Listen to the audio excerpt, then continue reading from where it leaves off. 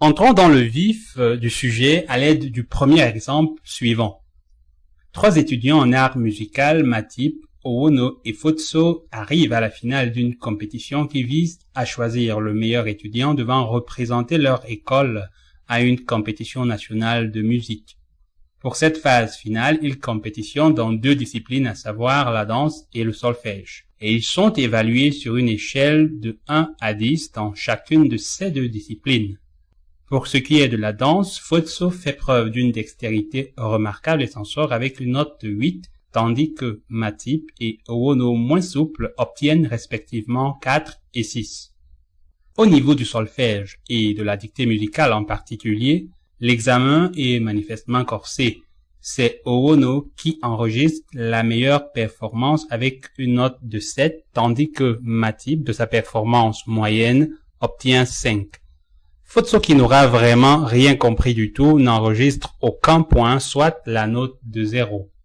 Le récapitulatif de leur performance est présenté dans le tableau suivant.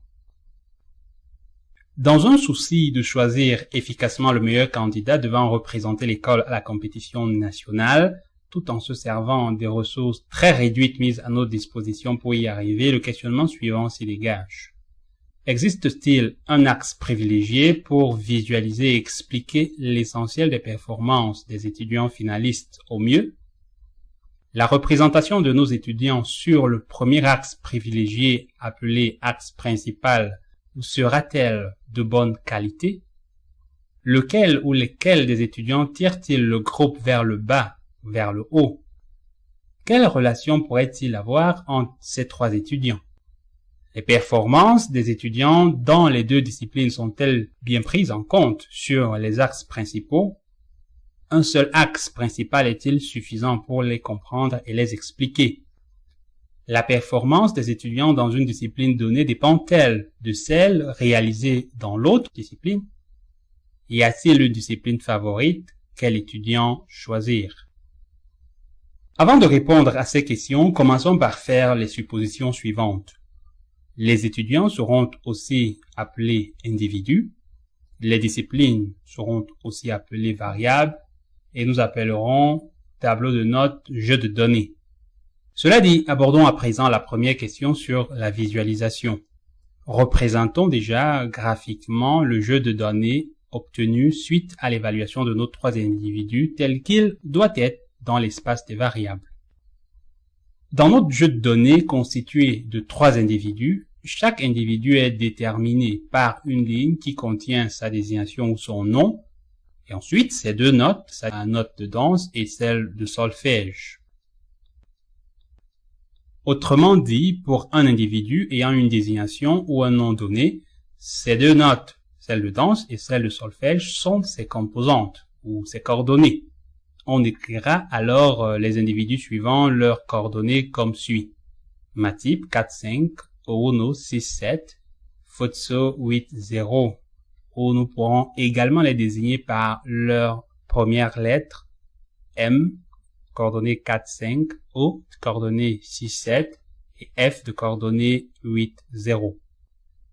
L'espace des variables étant de dimension 2, car nous avons 2 variables, la danse et le solfège, nous allons représenter nos 3 individus sur R carré, c'est-à-dire sur un plan. Pour simplifier les écritures, nous désignons par X1 la variable danse et X2 la variable solfège. Et nous obtenons le graphique des individus sur l'espace des variables R carré suivant. Dans la suite, nous désignerons notre nuage des individus par le terme nuage des points. Ici, nous avons un nuage de 3 points. Cette représentation de notre jeu de données est construite sur l'espace total de nos variables, le plan constitué des axes X1 et X2. La question à se poser est la suivante. Est-il possible de visualiser et résumer ces notes de nos étudiants dans un espace de dimension réduite, tout en conservant l'information utile qui explique le jeu de données? Autrement dit, existe-t-il un axe privilégié pour visualiser et expliquer l'essentiel des performances des étudiants finalistes au mieux? Comme je vous l'ai présenté dans la motivation 1 de l'algorithme ACP, La malédiction de la dimensionnalité constitue un frein considérable dans le traitement efficient des données en ce qu'elle entraîne une augmentation de puissance des opérations à effectuer, allonge les temps de calcul ainsi que les capacités mémoire pour le stockage des données. Afin de réduire les ressources de calcul et de stockage des données, il faut réduire la dimensionnalité, tout en veillant à conserver la quintessence de l'information utile. Dans notre exemple, nous sommes en dimension 2. Certes, nous n'aurons pas besoin de faire appel à des unités de calcul de puissance, ni des unités de stockage de grande taille. Toutefois, afin d'illustrer le principe de réduction de la dimensionnalité, nous verrons comment réduire la dimension de représentation et de résumé de nos données de 2 à 1, tout en conservant l'essentiel des informations. Cela revient donc à rechercher une droite, espace de dimension 1, qui épouse ou qui ajuste au mieux notre nuage de points. Or, une droite est un bon ajustement d'un nuage de points lorsque les points de ce nuage sont dispersés dans la direction et à proximité de cette droite. Si nous prenons par exemple le nuage des 10 points rouges M1, M2, M3, M4, M5, M6, M7, M8, M9, M10 et la droite bleue ci-contre, l'on constate que ces 10 points rouges se dispersent dans la direction et à proximité de la droite bleue. Par conséquent, nous pouvons en déduire que cette droite bleue est un bon ajustement du nuage des 10 points rouges. Mathématiquement parlant, et à titre de rappel, considérer que la droite bleue est un bon ajustement du nuage des 10 points rouges équivaut à dire que la somme des carrés des distances séparant cette droite bleue des 10 points rouges est négligeable, ce qui se traduit par l'expression suivante, somme des MI/HI au carré, I allant de 1 à 10 tend vers 0. Avec HI, la projection orthogonale du point MI sur la droite bleue pour tout I allant de 1 à 10. Ainsi, plus les distances MI/HI pour tout I allant de 1 à 10 entre les points rouges et la droite bleue sont faibles, c'est-à-dire les MI/HI tendent vers 0, plus proches seront les points MI de leur projection HI et donc de la droite bleue, car les projections HI sont sur la droite bleue. Et l'ajustement parfait d'une droite sur un nuage signifie que la somme des carrés des distances qui la séparent des points est minimale, c'est-à-dire nulle. Nulle, car la somme des carrés étant un nombre toujours positif, son minimum dans l'ensemble des réels ne peut être que 0. Autrement dit, les points sont tous sur la droite. Après ce rappel utile, revenons dans notre nuage des 3 points M, O et F, représentant respectivement les individus Matip, Owono et Fotso. D'après ce qui précède, dire qu'il existe une droite D qui ajuste au mieux notre nuage des 3 points M, O et F revient à dire que les distances séparant cette droite D des 3 points sont négligeables, c'est-à-dire M au carré plus O au carré plus F au carré tend vers 0. Avec M', O' et F', les projections orthogonales respectives de M, O et F sur la droite D. Cela signifie qu'en projetant les 3 points sur la droite D, on conservera l'essentiel de l'aspect du nuage, c'est-à-dire son inertie. Et pour bien comprendre la notion d'inertie en ACP, faisons à nouveau une petite incursion dans nos rappels, cette fois-ci de mécanique des solides sur la notion d'inertie d'un corps. L'inertie est par définition la propriété qu'ont les corps de ne pouvoir d'eux-mêmes changer l'état de repos ou de mouvement dans lequel ils se trouvent. On dira alors qu'un corps possède ou conserve une forte inertie propre si sa position, son aspect ou ses caractéristiques changent très peu sous l'effet d'une contrainte extérieure visant à le déplacer à partir d'une certaine distance. La grosse masse de pierre ci-contre conserve une très forte inertie car malgré les efforts fournis par les deux miniers pour la déplacer, elle résiste à bouger et demeure pratiquement dans sa même position de repos dans son aspect habituel presque inchangé. Revenons à notre nuage des 10 points rouges et de la droite bleue. L'on dira que ce nuage conserve une forte inertie suivant la droite bleue si et seulement s'il cède à son nuage projeté, c'est-à-dire les 10 points verts HI, l'essentiel de ses propriétés de distance, d'écart et de dispersion entre points après sa projection orthogonale sur la dite droite bleue. Ce qui se traduit par la relation suivante, MI-MJ sensiblement égal à HI-HJ pour tout IJ appartenant à l'intervalle des entiers 1-10. L'on dira alors, si la forte inertie est vérifiée, que ce nuage de points rouges oppose une forte résistance à changer d'aspect, à se déformer lorsque projeté sur cette droite bleue. Cela reviendra aussi à dire que suivant cette droite bleue et à l'aide des 10 points verts HI qui s'y trouvent, on pourra mieux apprécier et approcher les distances réelles telles qu'elles sont établies entre points rouges, car les distances n'auront pas trop changé en raison de la forte inertie et par ricochet, on pourra reconstituer suivant cette droite bleue, toujours en se servant des 10 points verts HI, une grande part de la dispersion totale du nuage des points rouges telle qu'elle est évaluée dans la réalité. C'est pourquoi la forte inertie d'un nuage projeté sur un sous-espace donné confère par la même occasion à ce sous-espace la capacité d'expliquer, de reconstituer et de restituer une grande partie de la dispersion totale du nuage de départ avant projection. C'est ainsi que vous avez certainement déjà entendu ou vous entendrez l'expression l'inertie expliquée par un axe ou par un plan, pour désigner l'inertie propre du nuage projeté sur cet axe ou sur ce plan. Cette inertie est différente de l'inertie par rapport à cet axe ou à ce plan. On verra d'ailleurs plus loin dans ce cours que plus l'inertie expliquée par un sous-espace, axe, plan ou hyperplan, est grande, moins celle par rapport à ce sous-espace l'est.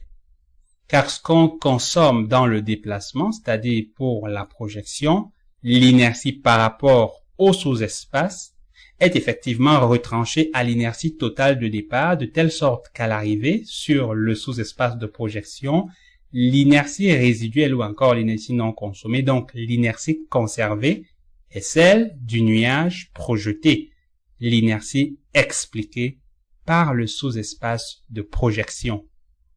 On verra aussi à partir de ce principe que minimiser le déplacement et par ricochet l'inertie du nuage de départ par rapport à un sous-espace revient à maximiser l'inertie résiduelle du nuage d'arrivée, le nuage projeté, que ce sous-espace pourra expliquer à la fin du déplacement de la projection. Revenons sur notre exemple d'intuition. Nos 3 étudiants d'art. Quand nous observons à l'écran notre nuage de points et apprécions visuellement pour l'instant les distances, nous pouvons constater que la distance MF semble globalement bien conservée par la distance M'F'. La distance OF semble également globalement bien conservée par la distance O'F'.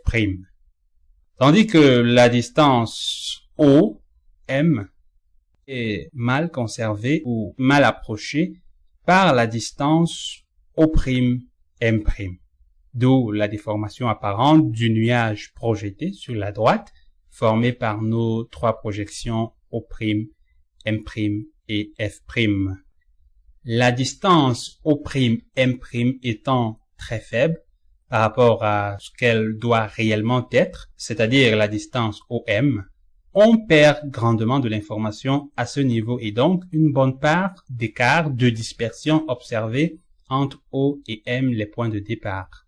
Ceci revient à dire que pour bien expliquer et interpréter particulièrement les notes Do, No et Ma type, un autre axe s'avérera utile, celui suivant lequel on a une meilleure restitution de l'écart qui existe vraiment entre les points O et M, ou celui suivant lequel on a une partie complémentaire qui, ajoutée à celle de la droite D, nous donne une meilleure restitution de l'écart.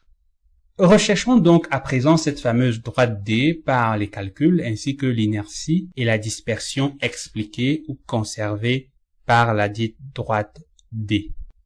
La droite D que l'on va rechercher est l'axe de l'espace total des variables R carré qui, pris individuellement par rapport aux autres axes du même espace, conserve au nuage projeté constitué des points M', O' et F', la plus grande portion de l'inertie totale du nuage initial constitué des points M, O et F.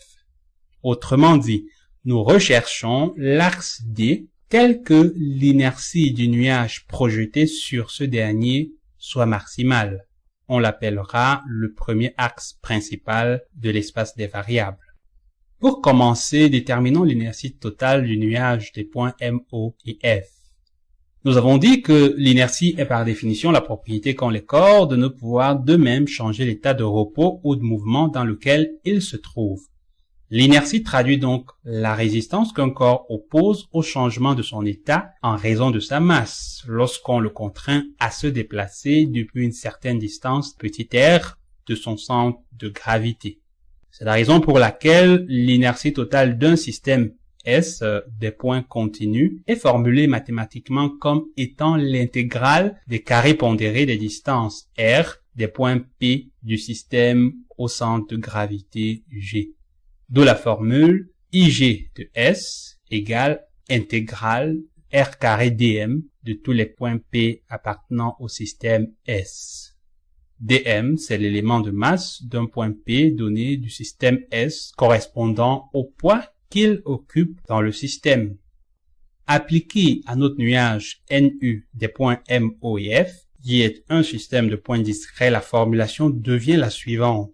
L'inertie totale du nuage NU des points M, O et F est égale à la somme empirique des carrés pondérés des distances des trois points au centre de gravité G du nuage, soit l'expression IG de NU égale à P1 fois Gm carré plus P2 fois Go carré plus P3 fois Gf au carré.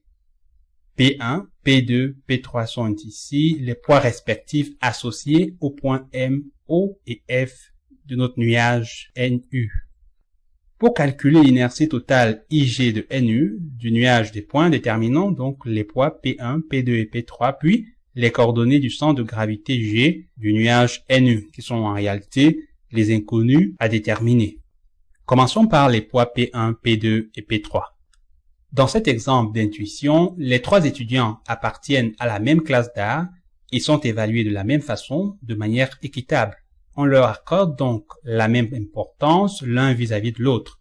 Ils auront par conséquent le même poids, la même pondération sur le nuage, c'est-à-dire P1 égale P2 égale P3. La somme S de P des poids PI allant de 1 à 3 des points du nuage NU sera donc égale à S de P égale à la somme des PI allant de 1 à 3 qui va être égale à 3P1 égale à 3P2 égale à 3P3 parce que les poids sont tous égaux. En ramenant cette somme des poids PI des points du nuage NU à l'unité, c'est-à-dire en posant S de P égale à 1, chaque individu aura donc un poids égal à S de P sur 3, c'est-à-dire 1/3 sur le nuage. On peut alors écrire l'expression suivante de l'inertie totale du nuage des points M, O et F jusque-là. IG de NU égale à 1/3 Gm carré plus 1/3 Go carré plus 1/3 Gf carré. Nous pouvons encore l'écrire sous la forme IG de NU égale à 1/3 facteur de D carré Gm plus D carré Go plus D carré Gf où Dgx représente la distance entre le centre de gravité G et tout point X du nuage, X pouvant être M, O ou F. Il existe plusieurs métriques pour calculer les distances. Celle qui est la plus connue et utilisée est la distance euclidienne. On l'obtient en calculant la racine carrée de la somme des carrés des différences des composantes des points G et X. Comme les points sont représentés dans l'espace R carré des variables, chaque point du nuage possède bien évidemment deux composantes ou coordonnées. À cet effet, posons G1 et G2 les coordonnées du centre de gravité G sur les axes de nos deux variables X1 et X2. M1 et M2 les coordonnées du point M sur ces mêmes axes. O1 et O2 les coordonnées du point O sur les mêmes axes. Et enfin, F1 et F2 les coordonnées du point F sur les mêmes axes X1 et X2. Considérons également X, un point de coordonnées X1 et X2. Alors, la distance euclidienne entre G et X sera égale, comme nous l'avons défini précédemment, à D de Gx égale à racine carrée X1 moins G1 au carré plus X2 moins G2 au carré. En remplaçant cette expression 7 dans celle 6 bis, nous obtenons l'expression suivante du moment d'inertie totale du nuage de nos trois points M, O et F. IG de NU égale à 1 tiers facteur de M1 moins G1 au carré plus M2 moins G2 au carré plus O1 moins G1 au carré plus O2 moins G2 au carré plus F1 moins G1 au carré plus F2 moins G2 au carré. À présent, déterminons les coordonnées du centre de gravité G. En appliquant les propriétés du barycentre d'un système de points pondérés à notre nuage NU de 3 points, nous pouvons écrire la relation suivante pour tout point A. S de P vecteur AG égale à P1 vecteur AM plus P2 vecteur AO plus P3 vecteur AF. Cette relation traduit la propriété des barycentres qui stipule que lorsque J est barycentre de 3 points M, O et F, alors la somme des vecteurs associés à chaque point pondéré par le poids correspondant est égale au vecteur associé au barycentre pondéré par la somme des poids. En remplaçant les poids par leurs valeurs respectives déjà calculées, c'est-à-dire S de P égale à 1, la somme, et P1 égale à P2 égale à P3 égale à 1 tiers, on obtient la relation suivante, vecteur AG égale à 1 tiers facteur de vecteur AM plus vecteur AO plus vecteur AF. En considérant que le point A est l'origine du repère, c'est-à-dire de coordonnées 0, 0, nous pouvons déduire les coordonnées G1 et G2 du centre de gravité par la relation qui suit. G de coordonnées G1, G2 égale à 1 tiers facteur de M1 moins 0 plus O1 moins 0 plus F1 moins 0 pour G1 et 1 tiers facteur de M2 moins 0 plus O2 moins 0 plus F2 moins 0 pour G2. En définitive, et par application numérique, G, le centre de gravité, a pour coordonnées 6, 4. Comme nous le constatons, les coordonnées G1 et G2 du centre de gravité G sont respectivement les moyennes des notes des étudiants pour les variables X1 danse et X2 solfège.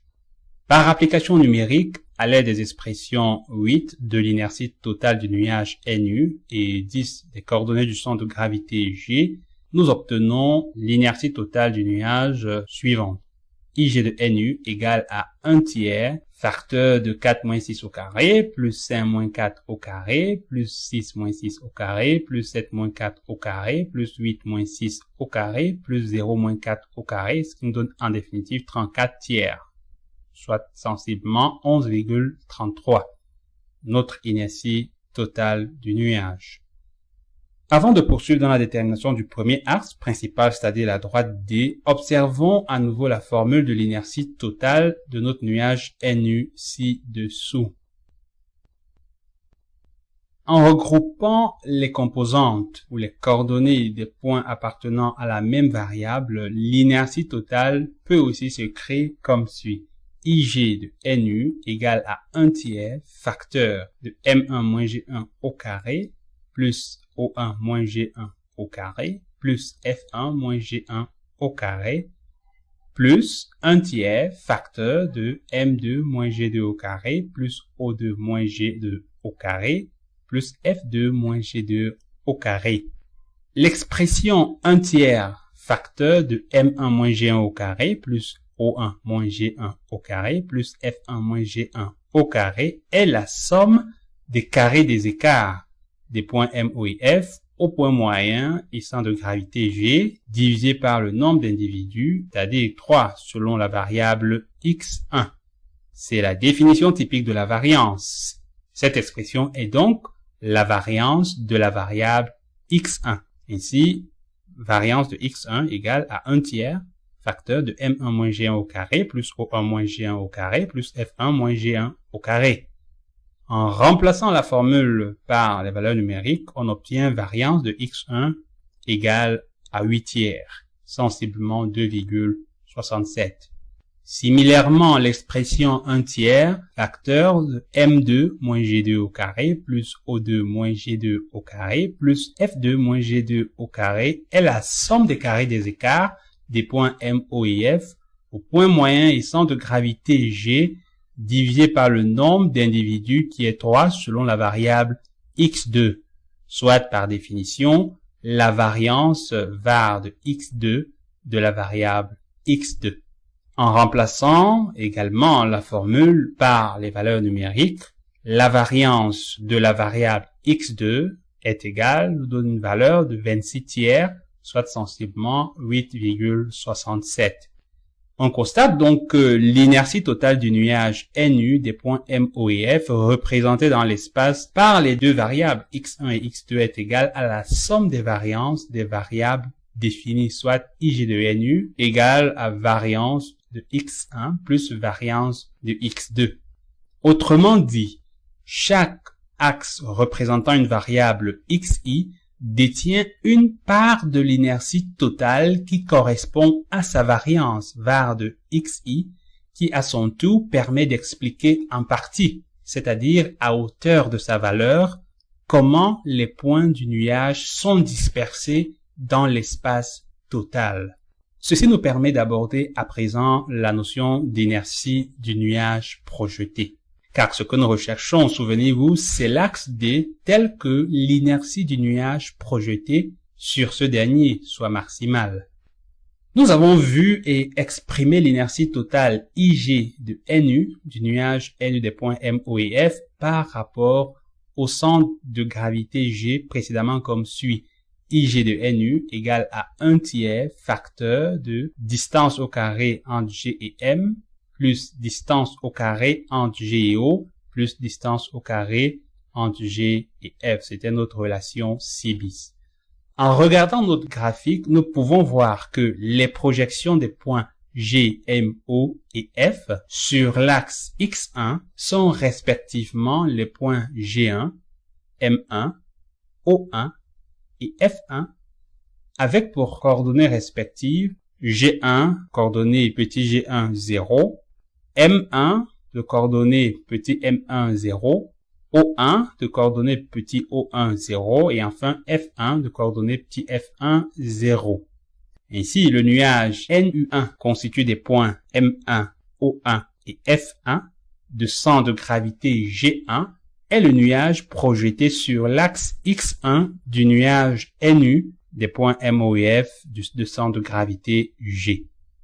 En remplaçant les points M, O et F du nuage NU par ceux du nuage projeté NU1 dans la formule C bis qui définit l'inertie, on obtient l'inertie du nuage projeté NU1 qui se présente comme suit. IG1 de NU1 égale à 1 tiers facteur distance au carré entre G1 M1 plus distance au carré entre G1 et O1 plus distance au carré entre G1 et F1.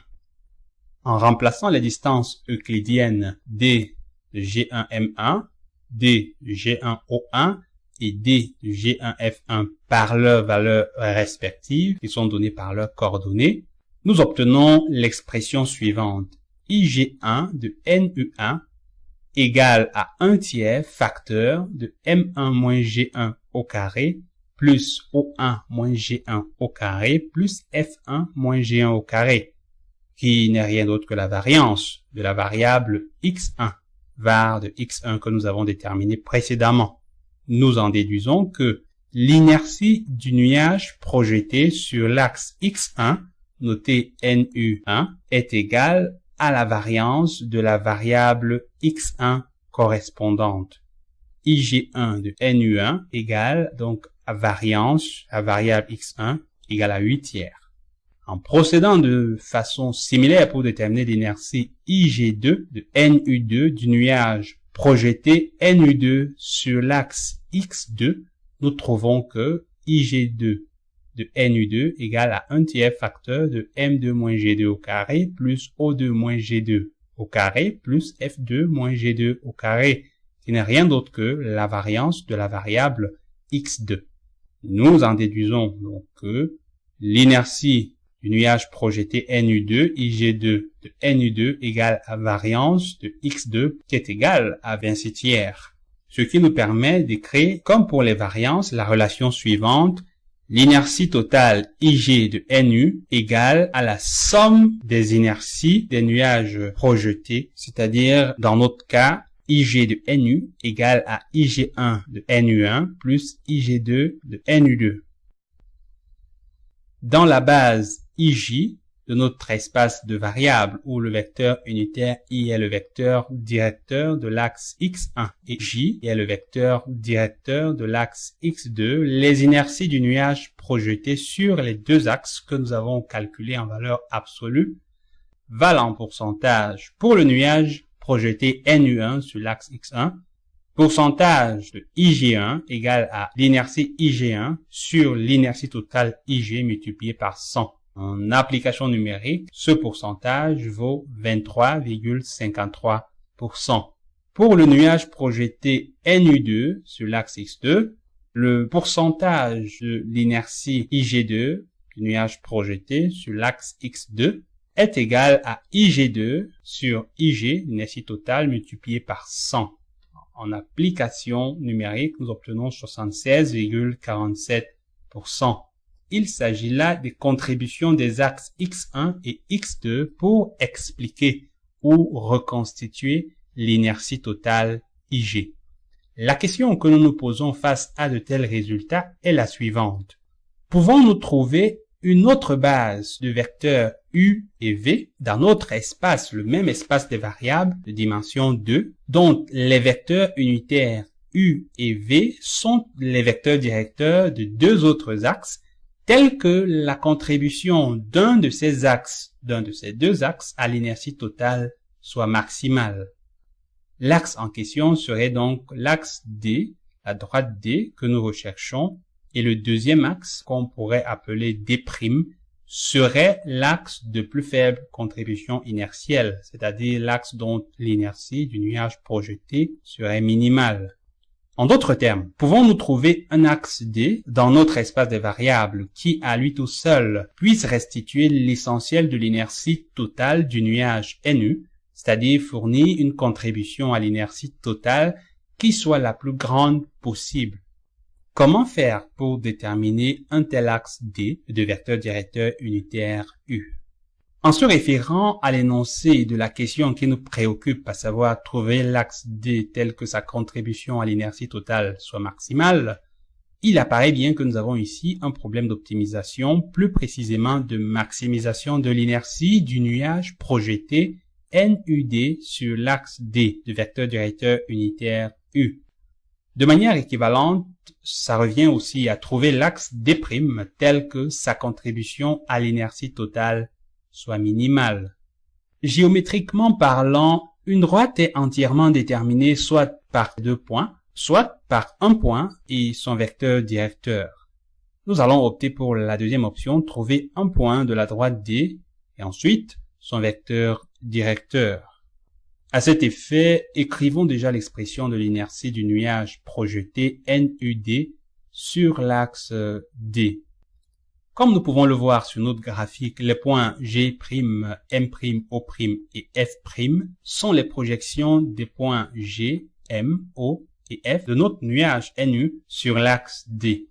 Nous pouvons donc écrire, en se servant de la définition de l'inertie, l'expression de l'inertie du nuage projeté sur l'axe D. Elle est donnée par IG de NUD égale à 1/3 facteur distance au carré entre G', M', plus distance au carré entre G', O', plus distance au carré entre G', F'. avec G', le centre de gravité du nuage projeté constitué des points M', O' et F'. Et IG de NUD est le moment d'inertie du nuage projeté à maximiser. Montrons à cet effet que G' égale à G.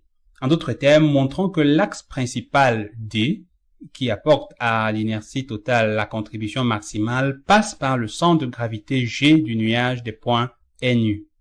Pour cela, nous allons faire appel à la notion d'inertie axiale et au théorème de Huygens, encore appelé théorème de changement d'axe. Par définition, le moment d'inertie d'un système de points discrets P par rapport à un axe donné est la somme des carrés pondérés des distances de ces points au dit axe. Les distances des points à l'axe correspondent aux distances entre les points et leur projection sur l'axe. Si nous l'appliquons à notre nuage NU par rapport à l'axe D, nous dirons que le moment d'inertie du nuage NU par rapport à l'axe D est égal à ID de NU égale à 1/3 facteur de distance au carré entre M et M' plus distance au carré entre O et O' plus distance au carré entre F et F'. Comme vous pouvez le voir et le comprendre, car nous l'avons déjà dit, 1/3 est le poids associé à chacun des points de notre nuage. C'est pourquoi il est mis en facteur. Remarque très importante à rappeler. Dire que la contribution de l'inertie du nuage projeté sur l'axe D à l'inertie totale du nuage NU est maximale revient à dire que le nuage projeté obtenu noté NUD est très peu différent du nuage initial NU pour avoir très peu bougé. Car lorsque le nuage bouge très peu, ces points conservent pratiquement leur même position et par ricochet leur même dispersion les uns par rapport aux autres. Cela signifie encore que leur distance entre points est comme dans l'espace avant projection. C'est comme si le nuage avait résisté à trop bouger et donc avait gardé l'essentiel de son inertie, car nous avons dit que la résistance à bouger, c'est l'inertie. Ainsi, une grande résistance à trop bouger renvoie à une grande inertie conservée. Dans ce cas, si le nuage bouge peu après projection sur l'axe D, cela signifie que les points initiaux M, O et F sont très proches de leurs projections respectives M', O' et F'. Autrement dit, les distances qui se sont formées entre les points et leurs projections sont très faibles, donc tendent vers 0. Il s'agit de distance entre M et M' tend vers 0, distance entre O et O' tend vers 0, distance entre F et F' tend vers 0, ce qui revient à dire que l'inertie du nuage NU par rapport à l'axe D, qui est la somme pondérée des carrés de ces distances, est minimale. ID de NU égale à 1/3 facteur D carré M' plus D carré O' plus D carré F' tend vers 0. Nous en déduisons donc que dire que l'inertie du nuage projeté NUD sur l'axe D est maximale équivaut à dire que l'inertie du nuage NU par rapport à l'axe D est minimale. Il est donc question de trouver l'axe D tel que l'inertie IG de NUD est maximale ou ID de NU est minimale. Pour progresser dans la recherche de notre axe principal D, nous allons dégager une caractéristique essentielle grâce au théorème de Huygens, encore appelé théorème de changement d'axe. Voici son énoncé. Le moment d'inertie d'un système S par rapport à un axe Y donné est égal au moment d'inertie par rapport à un axe X parallèle au premier et passant par le centre d'inertie G, ce qu'on appelle moment d'inertie propre, augmenté du carré pondéré de la distance D entre les axes. La pondération ici est faite par le poids total P du système S. L'expression du théorème de Huygens est donc la suivante. I Y de S égale à IXG de S plus PD carré. De ce théorème, on en déduit aisément que le moment d'inertie du système S par rapport à tout autre axe différent de l'axe X qui passe par le centre de gravité sera toujours supérieur à celui par rapport à l'axe X qu'on appelle moment d'inertie propre, car le terme PD carré est toujours positif et son minimum est 0. Ceci équivaut à dire que l'inertie propre IXG de S est l'inertie axiale minimale du système S par rapport aux autres inerties axiales d'axes parallèles à X. La conséquence du théorème de Huygens peut donc se formuler comme suit. Parmi tous les axes parallèles entre eux, celui par rapport auquel l'inertie du système sera minimale est l'axe qui passe par le centre de gravité du système, ce qui se traduit aussi comme suit. Le centre de gravité G d'un système est le point de l'espace d'inertie minimale. Ainsi, notre axe D d'inertie axiale minimale que nous recherchons a pour point trivial le centre de gravité G du nuage NU. Or, nous avons appelé G' la projection orthogonale du point G, centre de gravité du nuage, sur l'axe D. Ainsi, récapitulons, si le point G appartient à l'axe D, G' également appartient à l'axe D, et G' est la projection de G sur la droite D, alors nous en déduisons que G' égale tout simplement à G, ce qu'il fallait démontrer. Ayant déjà un point de D, il ne nous reste plus qu'à déterminer son vecteur directeur unitaire U. En considérant à présent que G, le centre de gravité du nuage NU, est un point de l'axe D, l'inertie du nuage projetée sur l'axe D qui était donnée par la formule IG de NUD égale à 1/3 facteur de D carré G'M' plus D carré G'O' plus D carré G'F' devient donc, avec G' qui n'est rien d'autre que G, le centre de gravité, IG de NUD égale à 1/3 facteur de D carré G'M' plus D carré G'O' plus D carré G'F'. Les distances à déterminer sont à présent D G'M', D G'O' et D G'F'. À cet effet, considérons d'abord le point M et sa projection orthogonale sur l'axe DM'. Le triangle GMM' formé par ces trois points est par conséquent un triangle rectangle d'hypoténuse GM. Ainsi, on peut écrire que cosinus de l'angle formé par les vecteurs GM, G'M' égale à la norme du vecteur G'M' sur la norme du vecteur Gm, ce qui implique que la norme du vecteur G'M' égale à la norme du vecteur Gm fois cosinus de l'angle formé par les vecteurs Gm et G'M'. D'un autre côté, le produit scalaire des vecteurs Gm et U égale à la norme vecteur Gm fois norme du vecteur U fois cosinus de l'angle formé par les vecteurs Gm et U. Or, le vecteur directeur U est unitaire, donc norme égale à 1, et est celui de l'axe D qui contient les points G et M. C'est-à-dire que l'angle formé par les vecteurs Gm, Gm' égale à l'angle formé par les vecteurs Gm et U. En intégrant les relations 21 et 23 dans la relation 22, on peut écrire que le produit scalaire des vecteurs Gm, U est égal en définitive à la norme du vecteur Gm'. En définitive, le produit scalaire des vecteurs Gm et U est égal à la distance entre le centre de gravité G et le point M', projection du point M sur la droite D. En procédant de la même manière, on trouve que produit scalaire des vecteurs GO et U est égal à la distance entre le centre de gravité G et le point O', projection de O sur D. Et produit scalaire des vecteurs GFU égale à la distance entre le centre de gravité G et le point F', projection de F sur la droite D. L'inertie du nuage projeté à maximiser deviendra alors IG de NUD égale à 1/3 facteur produit scalaire GMU au carré plus produit scalaire des vecteurs GOU au carré plus produit scalaire des vecteurs GFU au carré. Pour simplifier l'écriture des opérations dans la suite, introduisons les notations matricielles. au début de notre intuition, nous avons établi le tableau des notes des étudiants ci-dessous. Nous avons dit que chaque individu était représenté sur une ligne, comme nous le voyons, et chaque variable sur une colonne. Nous avons à cet effet 3 lignes et 2 colonnes, ce qui nous fait une matrice U du nuage NU de taille 3 fois 2. Nous avons ensuite établi les distances des points par rapport au centre de gravité G. En effet, nous avons établi les distances GM, GO et GF.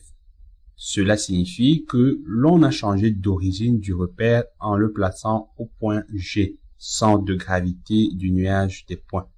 Cela donne une matrice centrée que nous appelons UG, centrée au point G, égale à la matrice U du nuage NU retranchée des coordonnées de G, soit UG égale première colonne M1-G1, O1-G1, F1-G1, deuxième colonne M2-G2, O2-G2, F2-G2. Et en application numérique, nous avons la première colonne -2, 0, 2, et à la deuxième colonne 1, 3, -4, les coordonnées centrées. D'après les propriétés du calcul matriciel, le carré du produit scalaire de vecteurs est égal à la transposée du produit scalaire des vecteurs multiplié par ce produit scalaire de vecteurs, soit produit scalaire des vecteurs GMU au carré égale à transposer produit scalaire des vecteurs GMU fois le produit scalaire des vecteurs GMU. Et toujours d'après les propriétés du calcul matriciel, la transposée du produit de deux matrices A et B compatibles est donnée par transposée de A et B égale à transposée de B fois transposée de A.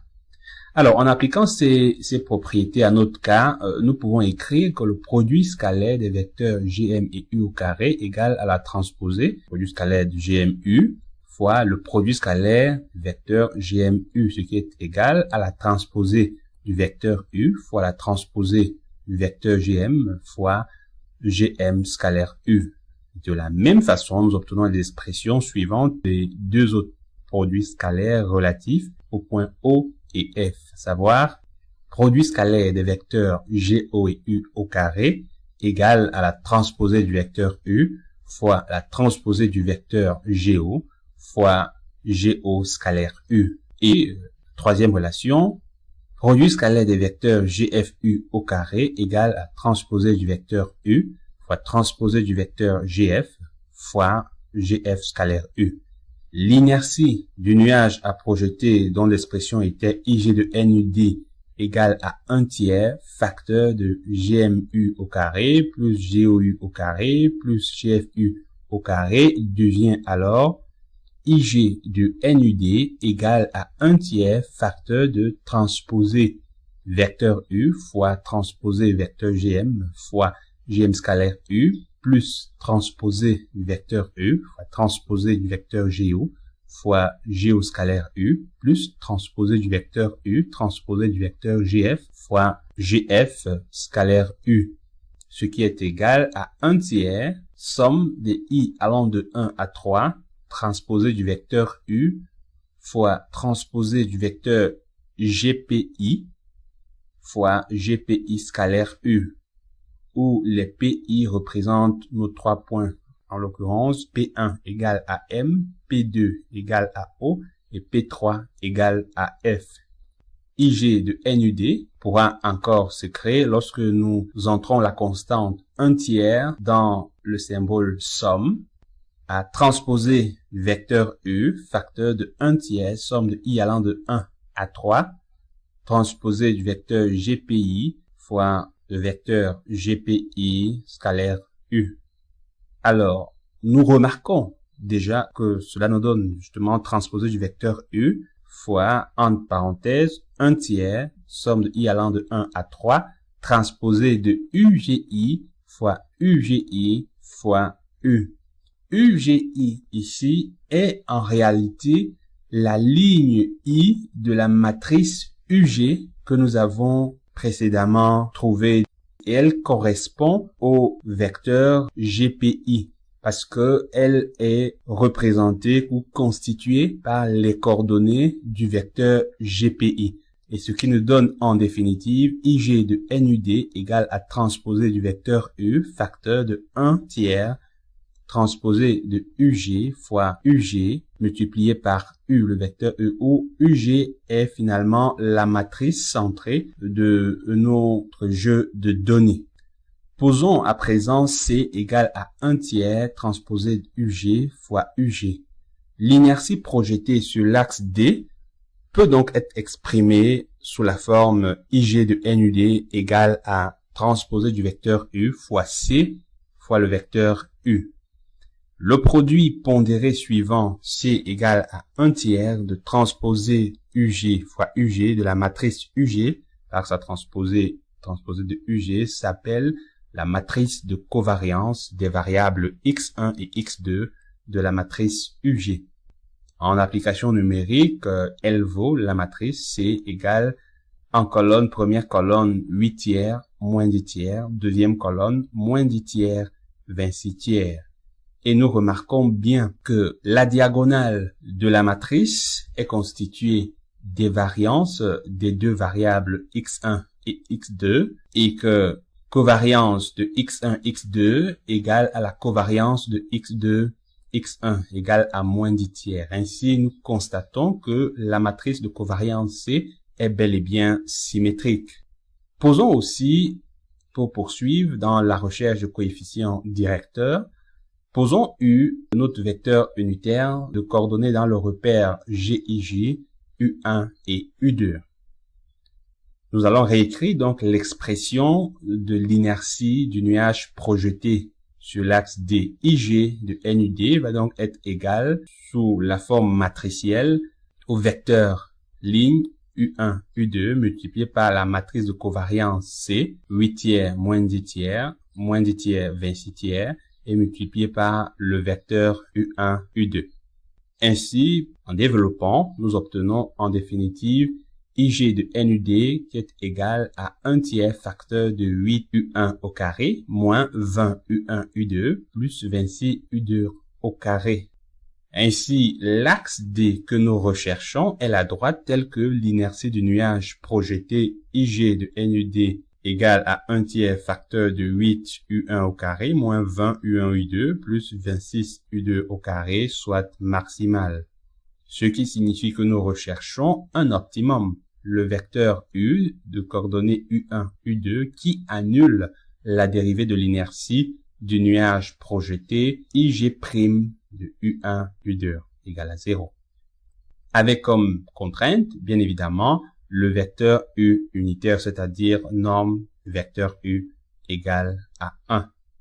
Mais écrire que la norme de U égale à 1 implique que la norme de U au carré est toujours égale à 1 et en écriture matricielle, la contrainte donc s'écrira transposé du vecteur U fois vecteur U égale à 1. Nous obtenons donc finalement un système de deux équations à deux inconnues, IG' de U1, U2 égale à 0, l'optimum à déterminer, et transposé de U fois U égale à 1. Or, d'après la méthode de recherche d'optimum avec contrainte du Lagrangien et celle de dérivation des formes quadratiques par rapport à un vecteur, ce système d'équations se ramène, après simplification, à la résolution de l'équation suivante, C fois vecteur U égale à lambda D fois le vecteur U, où le vecteur U est le vecteur propre de la matrice de covariance C et lambda D sa valeur propre associée. C'est d'ailleurs ce type de système d'équation qui a conduit à la fameuse propriété suivante de réduction des matrices en algèbre linéaire. Un vecteur U est dit vecteur propre d'une matrice si et seulement s'il existe un nombre réel non nul lambda D tel que C fois vecteur U égale à lambda D fois le vecteur U. En multipliant de part et d'autre cette expression 37 par la transposée du vecteur U, on obtient transposée du vecteur UC vecteur U égale à lambda D transposée du vecteur U fois U, qui est égal à lambda D car la transposée du vecteur U fois U égale à 1, et ce qui est égal encore à l'expression de notre inertie projetée sur l'axe DIG de NUD. Ainsi, lambda D n'est rien d'autre que l'inertie maximale du nuage projeté NUD sur l'axe D que nous recherchons. Trouvons donc ce lambda D, cette valeur propre associée, pour ensuite en déduire le vecteur directeur U, le deuxième et dernier élément pour totalement déterminer la droite D après le point G trouvé. En algèbre linéaire, écrire la relation 37 signifie que la matrice C moins lambda D I2, avec I2 la matrice identité d'ordre 2, admet un noyau non trivial, ce qui équivaut aussi à dire que l'équation caractéristique de la matrice C a pour solution deux valeurs propres réelles, dont lambda D, car la matrice C est de dimension 2. L'équation caractéristique de C s'écrit ainsi comme suit, déterminant de C moins lambda D I2 égale à 0. En remplaçant chaque terme par sa valeur, on a un déterminant de C moins lambda D I2 égale à 8 tiers, moins 10 tiers, moins 10 tiers, 26 tiers, moins lambda D fois la matrice identité 1, 0, 0, 1, ce qui est égal à 0.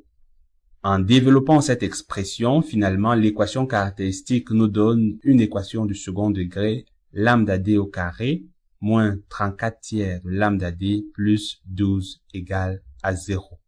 En résolvant cette équation du second degré, comme nous savons bien le faire, on obtient deux valeurs réelles, lambda D égale à 17 plus racine carrée de 181 sur 3, sensiblement égal à 10,15 et lambda D' égale à 17 moins racine carrée de 181 sur 3, sensiblement égal à 1,18.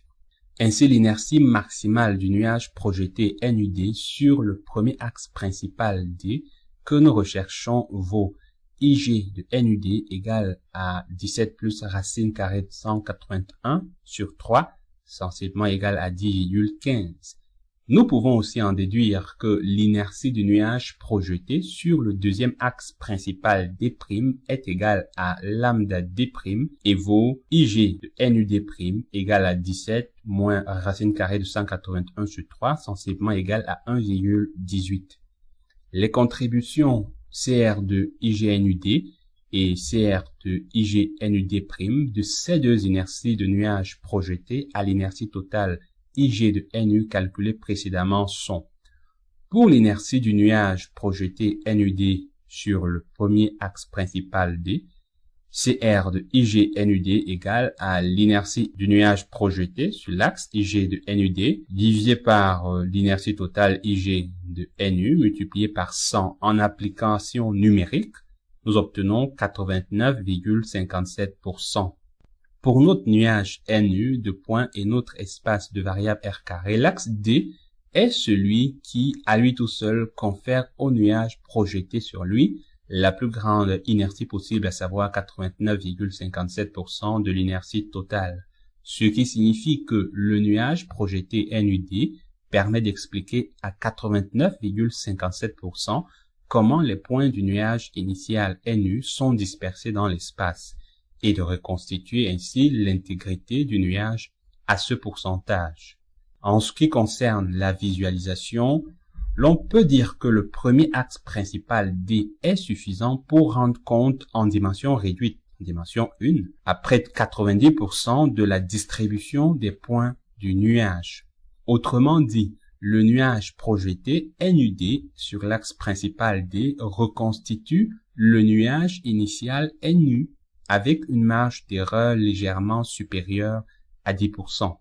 Pour l'inertie du nuage projeté NUD' sur le deuxième axe principal D', de façon similaire, sa contribution CR de IG de NUD' égale à son inertie IG de NUD' sur l'inertie totale IG de NU multipliée par 100. En faisant l'application numérique, nous obtenons une contribution de 10,43%. Il en ressort que l'axe D', le deuxième axe principal, contribue à expliquer les liens et les proximités entre points et variables de notre tableau de données à hauteur de 10,43% seulement. Déterminons à présent les vecteurs propres U et V associés respectivement aux valeurs propres lambda D et lambda D', les inerties des nuages projetés respectivement sur les axes D et D'. Pour déterminer le vecteur directeur unitaire U de l'axe D, connaissant à présent son inertie projetée lambda D, on va résoudre l'équation 37 établie précédemment, à savoir C vecteur U égale à lambda D vecteur U. C'est-à-dire, par développement, que C vecteur U moins lambda D vecteur U égale à 0, ce qui équivaut à dire que C moins lambda D I2, matrice identité d'ordre 2, le tout multiplié par le vecteur U égale à 0. Alors, ce système, nous pouvons, par des valeurs numériques, l'écrire et cela va nous donner C, 8 tiers moins 10 tiers, moins 10 tiers, 26 tiers, moins lambda D I2, qui nous donne 17 plus racine carrée de 181 sur 3 et 0. Et la deuxième colonne 0, 17 plus racine carrée de 181 sur 3. Le tout en facteur du vecteur U de coordonnées U1, U2 égale à 0. En développant cette équation, nous obtenons un système de deux équations à deux inconnus suivants. 9 plus racine carrée de 181 tiers U1 plus 10 tiers U2 égale à 0. Et ensuite, 10 tiers U1 moins 9 moins racine carrée de 181 tiers U2 égale à 0. En résolvant ce système 39, on remarque que les deux équations sont équivalentes. Ainsi, on peut écrire à partir de l'équation B que U1 égale à 9 moins racine carrée de 181 dixième fois U2. Le vecteur U que nous recherchons, vecteur directeur, est donc un vecteur de la forme 9 moins racine carrée de 181 dixième U2. Ça, c'est la coordonnée U1. Et ensuite, U2, la coordonnée U2. Avec U2 étant bien évidemment un réel. Pour déterminer le vecteur précis U, on va trouver celui qui satisfait la contrainte posée, à savoir que le vecteur U est unitaire, c'est-à-dire normé. Cette contrainte se traduit comme suit. Nous l'avons déjà d'ailleurs dit. Norme de U égale à 1 équivaut à dire que transposé de U fois U égale à 1. Et nous allons tout simplement réécrire cette équation. La transposée de U, c'est 9 moins racine carrée de 181 dixième U2. U2, ça c'est le vecteur ligne. Une ligne, deux colonnes, multiplié par le vecteur colonne 9 moins racine carrée de 181 dixième U2. U2, qui a une colonne et deux lignes, égale à 1. En développant cette expression, nous obtenons en définitive une équation du second degré, 362 moins 18 racine carrée de 181 centième U2 au carré égale à 1. Nous avons en définitive la valeur de U2 égale à 10 sur racine carrée de 362 moins 18 racine carrée de 181 si l'on choisit de prendre la valeur positive. Le premier vecteur propre U de la matrice de covariance C, en définitive, vecteur directeur unitaire de l'axe D que l'on recherchait a pour coordonnées dans le repère GIJ, U égale à 9 moins racine carrée de 181 divisé par racine carrée de 362 moins 18 racine carrée de 181, c'est la coordonnée U1, et ensuite la coordonnée U2, 10 divisé par racine carrée de 362 moins 18 fois racine carrée de 181. Sensiblement, ça nous donne les coordonnées moins 0,4068 et 0,9135. Finalement, l'axe D que nous recherchions nous permettant de réduire la dimension de présentation, de représentation et d'interprétation de notre nuage de points, tout en conservant le maximum d'informations caractéristiques possibles de notre nuage, est la droite passant par le centre de gravité du nuage G de coordonnées 6, 4 et de vecteur directeur unitaire, le vecteur propre U, donné par les coordonnées U égale à moins 0,4068, 0,9135. Cette droite D, le premier axe principal de notre espace des variables R carré, conserve l'intégrité du nuage des points à près de 90%. C'est l'axe de cet espace qui peut expliquer au mieux la nature et l'intensité des liens et proximités qui existent entre les individus du nuage à peu de choses près, comme si l'on était en dimension 2, c'est-à-dire dans l'espace total des variables R carré, avant réduction de la dimensionnalité. Certes, 90% n'est certainement pas toujours suffisant dans bien des cas pour expliquer un jeu de données. Il faut généralement dépasser la barre des 95%. Mais étant ici en dimension 2, c'est le meilleur axe, donc le meilleur espace réduit que l'on peut avoir ou que l'on pouvait avoir avec une aussi grande contribution pour expliquer à lui tout seul le jeu de données de départ. Nous avons donc effectivement montré qu'il existe bel et bien un axe privilégié, un axe principal, qui soit capable d'expliquer l'essentiel de l'information utile de notre tableau ou jeu de données. Dans les cas de grande dimension, largement supérieure à 2, vous remarquerez que vous dépasserez les 95% en cumulant les contributions des 2 ou 3 premiers axes principaux. Pour déterminer le vecteur directeur unitaire V de l'axe D', le deuxième axe principal dans notre cas, mais qui est en même temps l'axe de plus faible contribution car nous n'avons que 2 axes possibles étant en dimension 2, connaissant aussi son inertie projetée lambda D', on va résoudre l'équation similaire à celle établie pour déterminer le vecteur U, à savoir C vecteur V égale à lambda D' vecteur V, c'est-à-dire que CV moins lambda D' V égale à 0, ce qui équivaut à dire que C moins lambda D' I2, le taux en facteur de V, égale à 0.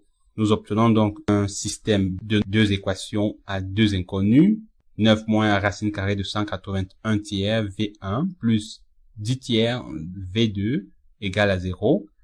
Et 10 tiers V1 moins 9 plus racine carrée de 181 tiers V2 égale à 0. Il s'agit également là d'un système de 2 équations équivalentes qui nous permettent, à l'aide d'une seule, par exemple E, de facilement tirer V1 égale à 9 plus racine carrée de 181 sur 10 V2. Le vecteur V est donc un vecteur de la forme 9 plus racine carrée de 181 sur 10 V2, V2. Avec V2 un réel. Pour déterminer le vecteur précis V, comme on l'a fait pour U, on va trouver celui qui satisfait la condition posée, à savoir le vecteur V est unitaire, c'est-à-dire normé. Nous écrivons donc cette contrainte par la relation transposée de V fois V égale à 1. En remplaçant donc cette expression par les vecteurs des valeurs correspondantes, le vecteur ligne multiplié par le vecteur colonne égale à 1, nous obtenons l'équation 362 plus 18 racine carrée de 181 sur 100 V2 carré égale à 1.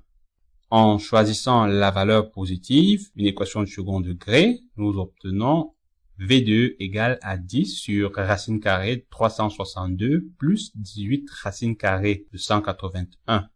En définitive, le deuxième vecteur propre V de la matrice de covariance C, le vecteur directeur unitaire de la droite ou de l'axe D', a pour coordonnées dans le repère GIJ sensiblement 0,9135, 0,4068. Une remarque pour achever cette partie, comme nous pouvons le constater, le produit scalaire des vecteurs U et V est égal au vecteur ligne de U multiplié par le vecteur colonne V, c'est-à-dire la transposée de U multiplié par le vecteur V, est égal à 0. Ce qui démontre bel et bien que les 2 vecteurs directeurs de nos 2 nouveaux axes D et D' sont orthogonaux, en plus d'être unitaires. Ici, la nouvelle famille de vecteurs UV forme une base orthonormée, ce qui, selon les propriétés des matrices symétriques, est toujours le cas lorsque la matrice associée, en l'occurrence la matrice de covariance C, est symétrique et définie positive. Après avoir donc déterminé un sous-espace de dimension réduite, en l'occurrence l'axe D de dimension 1, qui soit capable de représenter et de résumer au mieux notre jeu de données, il est temps de passer à la représentation de nos individus sur ce nouvel axe. Pour le faire, nous allons calculer les coordonnées des individus dans les nouveaux axes que l'on appelle axes principaux. Comme nous l'avons vu, chaque point ou individu est représenté sur un axe donné par sa projection orthogonale. Calculer les coordonnées des individus dans les nouveaux axes revient donc tout simplement à déterminer les coordonnées de toutes les projections des points sur les axes où elles se trouvent.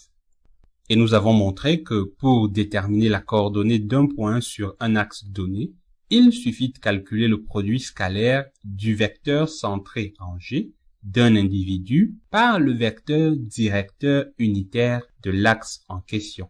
C'est ce qui nous a permis d'établir les relations 24, 25 et 26 que nous rappelons ici. Produit scalaire des vecteurs GM, GU égale à la distance entre G et M'. Produit scalaire des vecteurs GOU égale distance entre G et O'. Produit scalaire des vecteurs GF, GU égale à la distance entre G et F'. Bien évidemment, M', O' et F' sont respectivement les projections des points M, O et F sur l'axe D. Et finalement, les distances DGM', DGO', DGF' correspondent aux valeurs des coordonnées respectivement des points M, O et F sur l'axe D d'origine G. De la même manière, en considérant M second, O second et F second, les projections orthogonales des points respectifs M, O et F sur le deuxième axe factoriel D' de vecteur directeur unitaire V, on écrira produit scalaire vecteur GMV égale à la distance entre G et le point M second. Produit scalaire GOV égale distance entre G et O second. Produit scalaire vecteur GFV égale à la distance entre G et le point F second, où les distances DGM second, DGO second et DGF second correspondent aux valeurs des coordonnées respectivement des points M, O et F sur l'axe D' d'origine G. En écriture matricielle, nous pouvons regrouper dans une matrice V toutes les coordonnées des individus selon les nouveaux axes principaux de vecteurs directeurs unitaires U et V comme suit. La matrice V égale à la première colonne les distances de centre de gravité vis-à-vis des projections sur l'axe D, DGM', DGO' et DGF', et à la deuxième colonne les distances de centre de gravité vis-à-vis des projections sur l'axe D', DGM second, DGO second et DGF second, ce qui est égal, cette matrice, encore au produit scalaire des vecteurs individus par les vecteurs directeurs unitaires des droites auxquelles ils sont associés, ce qui revient au produit de la matrice UG, la matrice centrée, par la matrice formée par les coordonnées de nos deux vecteurs de base U et V. Nous pouvons donc écrire la matrice V comme étant égale à UG fois B. Ainsi, nous voyons qu'il est possible de passer des coordonnées des individus pris dans l'ancienne base A égale à IJ et portés par les axes X1 et X2 initiaux pour les coordonnées des individus pris dans la nouvelle base B égale à UV et portés par les axes principaux D et D'. Et cette opération, qui consiste à partir des coordonnées originales des points M, O et F sur les axes X1 et X2 pour les coordonnées de leur projection sur les nouveaux axes D et D', s'appelle le changement de base. Pour être davantage explicite, je tiens à préciser que la matrice V des nouvelles coordonnées dans la nouvelle base B égale à UV est obtenue en multipliant la matrice initiale des individus centrés sur le centre de gravité G par la matrice des vecteurs de la nouvelle base, les vecteurs propres exprimés dans l'ancienne base A égale à IJ. Comme nous avons initialement obtenu la matrice de notre tableau de notes centré UG, où la première colonne représentait le vecteur de la variable x1 danse et la deuxième colonne celui de la variable x2 solfège, de façon similaire, chacune des deux colonnes de la matrice V obtenue après expression de notre matrice de notes centrée UG dans la nouvelle base B représente un vecteur d'une variable synthétique qui, à son tour, est constitué des coordonnées des individus suivant cette variable synthétique. On les appelle les composantes principales. Nous avons donc deux composantes principales V1 et V2 correspondant aux deux colonnes de la matrice V. L'application numérique nous permet d'avoir les valeurs de notre matrice V que nous avons trouvées sensiblement à la première colonne 1,7272, 2,7405, moins 4,4677. À la deuxième colonne, composante principale V2, moins 1,4202, 1,2205, 0,1996. La représentation de notre nuage sur la droite D, dont les coordonnées sont regroupées dans la première composante principale, la première colonne de la matrice V, nous donne donc. Passons à présent à l'interprétation de ces résultats. La représentation graphique du nuage sur l'axe D qui nous renseigne à 89,57% sur l'intégrité du nuage nous suggère les premières interprétations suivantes. Les deux étudiants, Matip et Owono, désignés respectivement par les lettres M et O, paraissent plus proches l'un de l'autre et sont de même signe dans le même sens, ce qui suggère que leurs notes dans les deux disciplines danse et solfège seraient relativement proches, respectivement 4 sur 10 et 6 sur 10 en danse et 5 sur 10 et 7 sur 10 en solfège. Ou que leurs notes seraient dans des ratios proches. Pour Matip, un ratio de 0,8, pour Owono de 0,86. Autrement dit, leurs performances sont relativement semblables. Toutefois, Owono s'en sort globalement avec les meilleures notes 6 sur 10 et 7 sur 10 car il est positivement plus éloigné du zéro de l'axe que Matip. Futso, désigné par la lettre F, est éloigné de ses deux camarades, Matip et Owono, et est dans le sens contraire, ce qui nous conduit à en déduire que ses notes ont tendance à s'éloigner de celles de ses deux autres camarades dans les deux disciplines. Autrement dit, là où il arrache une grande note, par exemple 8 sur 10, ses deux amis se contentent d'une note faible ou moyenne, 4 sur 10 et 6 sur 10. Et vice-versa, c'est-à-dire là où il obtient une note faible, 0 sur 10 en solfège par exemple, ses amis décrochent une note moyenne ou forte, 5 sur 10 pour Matip et 7 sur 10 pour Owono. Comme nous n'avons que 3 étudiants, c'est l'exemple d'intuition, dont 2 semblent proches l'un de l'autre, nous pouvons en déduire pour l'instant que la tendance générale du groupe suivrait celle des 2 étudiants rapprochés, à savoir Matip et Owono. Mais d'autres interrogations restent pendantes. La représentation de nos étudiants sur l'axe principal est-elle réellement de bonne qualité? Lequel ou lesquels des étudiants tirent-ils le groupe vers le bas ou vers le haut? Quelle relation pourrait-il avoir entre ces 3 étudiants? La performance des étudiants dans les 2 disciplines sont-elles bien prises en compte sur les axes principaux? Un seul axe principal est-il suffisant pour les comprendre et les expliquer? La performance des étudiants dans une discipline donnée dépend-elle de celle réalisée dans l'autre discipline? Y a-t-il une discipline favorite? Quel étudiant choisir? Ainsi, avant d'aller plus loin dans l'interprétation de notre nuage d'individus, vérifions la qualité de la représentation de nos individus sur l'axe principal D afin d'estimer les biais éventuels que ce nuage projeté sur l'axe D, nuage approché du nuage réel, engendra lors de l'interprétation. Vérifier la qualité de la représentation des individus sur l'axe D de projection, on revient à savoir si ces individus conservent leur dispersion, c'est-à-dire les écarts et les distances qui existaient entre eux avant leur projection sur l'axe D. Et pour le savoir, il suffit de vérifier si l'angle formé par le vecteur représentant chaque individu et l'axe sur lequel il est projeté est faible. Car si c'est le cas, cela signifie que la distance entre le point et sa projection est aussi faible.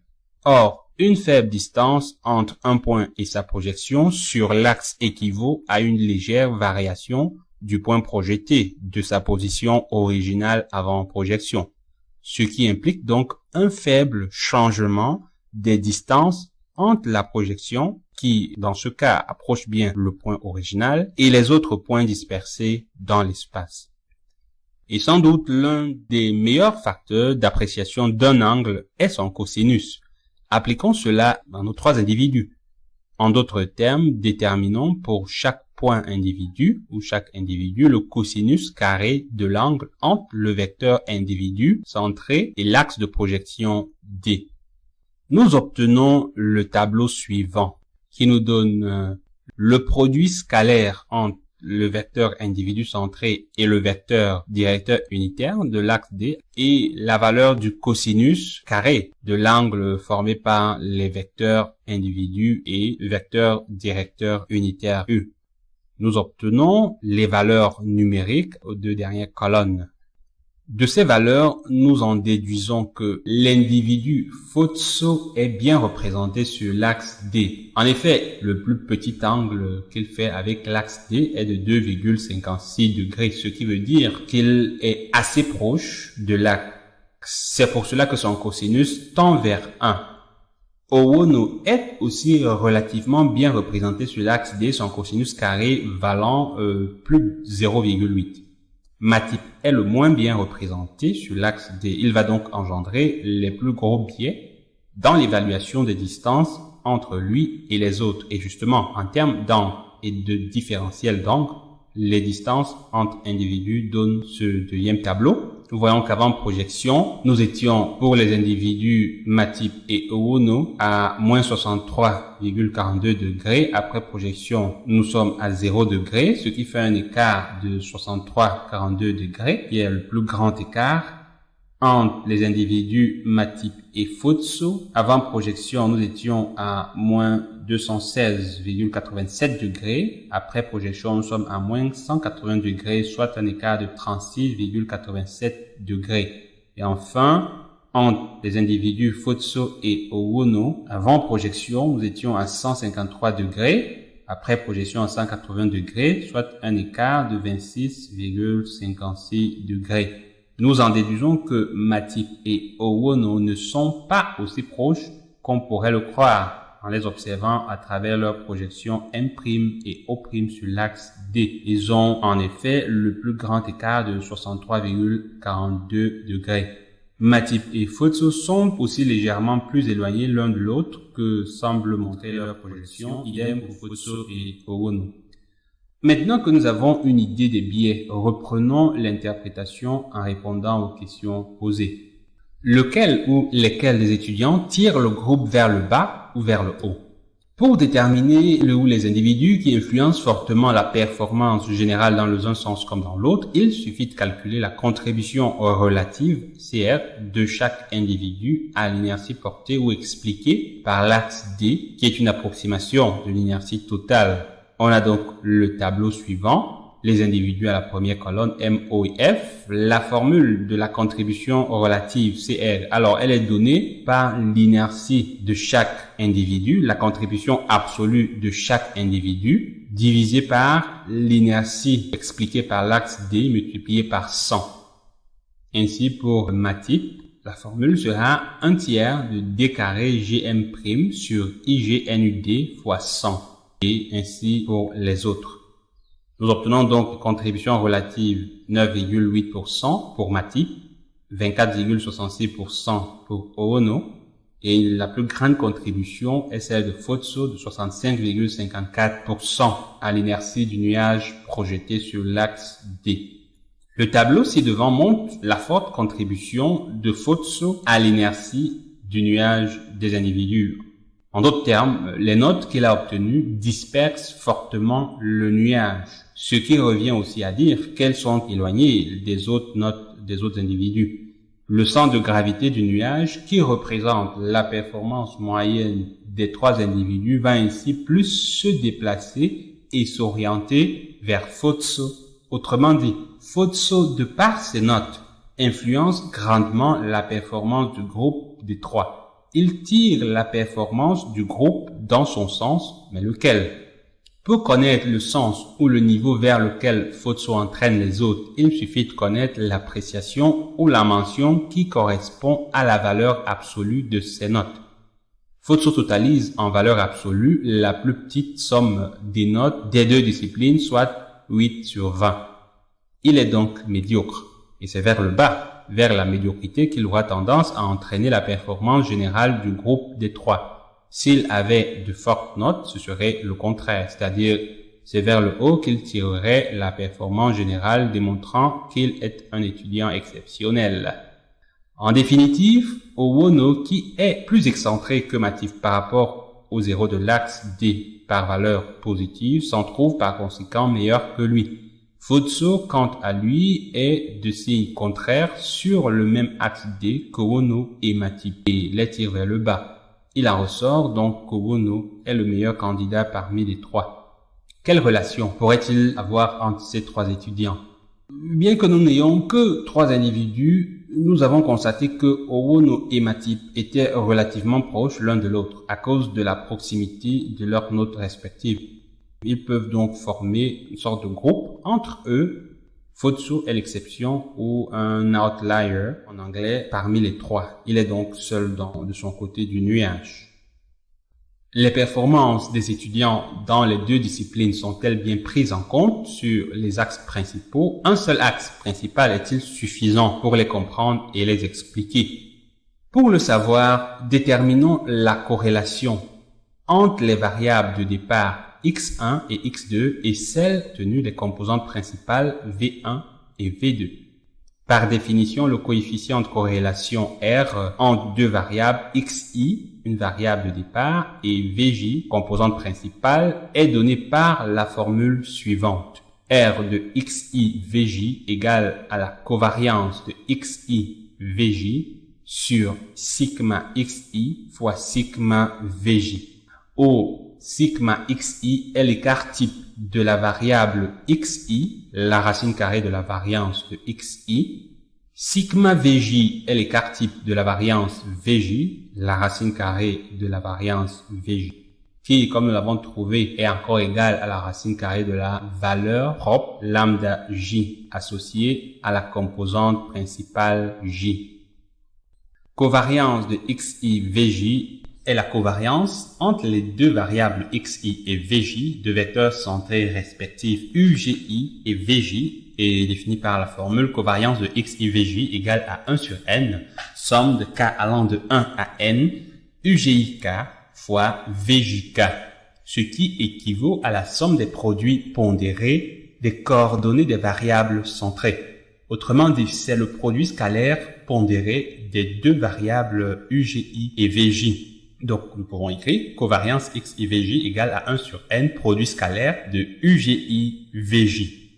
Nous signalons que ugi est la ligne I de la matrice UG et vj est la jème colonne de la matrice V.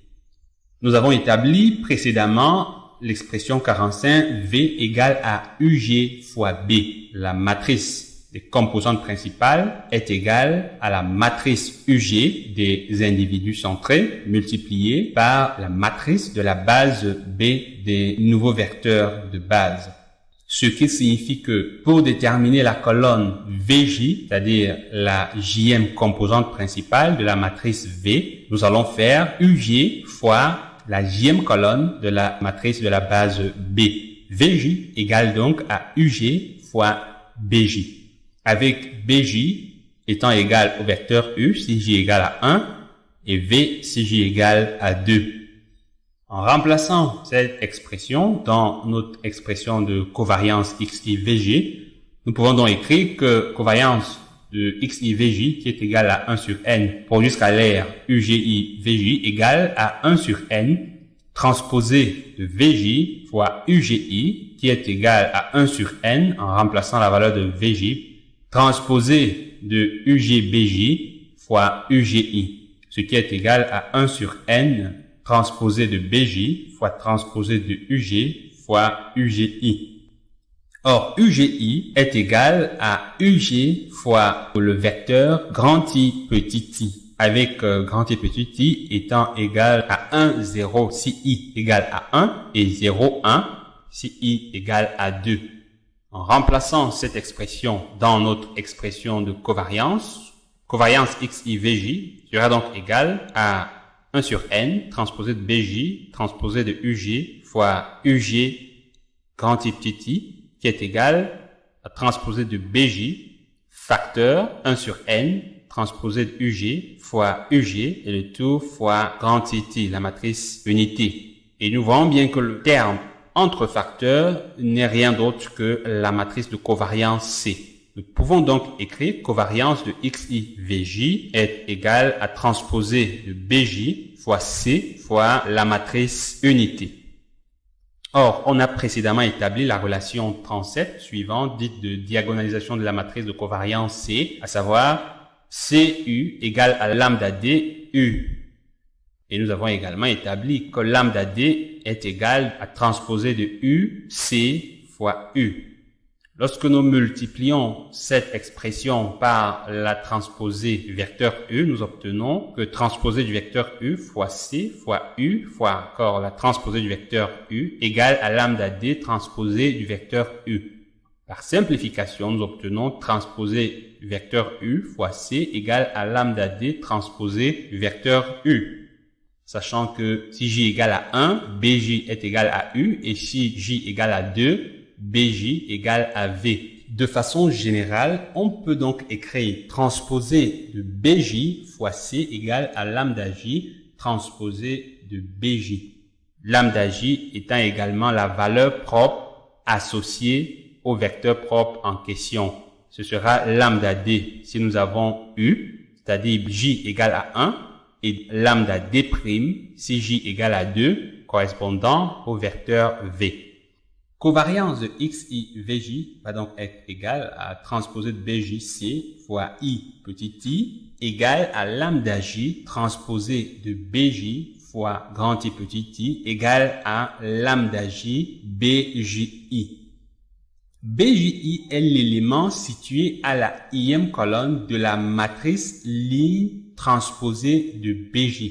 Il s'obtient effectivement par multiplication de la matrice ligne transposée de BJ par la matrice unité grand I petit i. Cette matrice unité est en effet nulle sur tous ses éléments sauf à sa ième ligne. En définitive, nous avons donc covariance de XIVJ égale à lambda J BJI. En remplaçant les résultats des relations 47, 48 et 49 dans l'expression du coefficient de corrélation linéaire 46, nous obtenons l'expression suivante. R de XIVJ égale à covariance de XIVJ sur sigma XI, sigma VJ, ce qui est égal à lambda J BJI sur racine carrée de lambda J fois racine carrée de variance XI, ce qui est égal à racine carrée de lambda J BJI sur racine carrée de variance de XI. En définitive, nous avons donc coefficient de corrélation linéaire entre XI et VJ égale à racine carrée de lambda J BJI sur racine carrée de la variance de XI. En application numérique, nous pouvons calculer les coefficients de corrélation linéaire entre les deux variables de départ x1 et x2 et les deux composantes principales v1 et v2 à l'aide de la formule trouvée. Et nous avons donc le tableau suivant. Le coefficient R entre x1 et v1 égale à moins 0,7938. Le coefficient de corrélation linéaire entre x1 et v2 égale à 0,6082. Le coefficient de corrélation linéaire entre x2 et v1 égale à 0,9886. Et enfin, le coefficient de corrélation linéaire entre la variable x2 et v2 égale à 0,1503.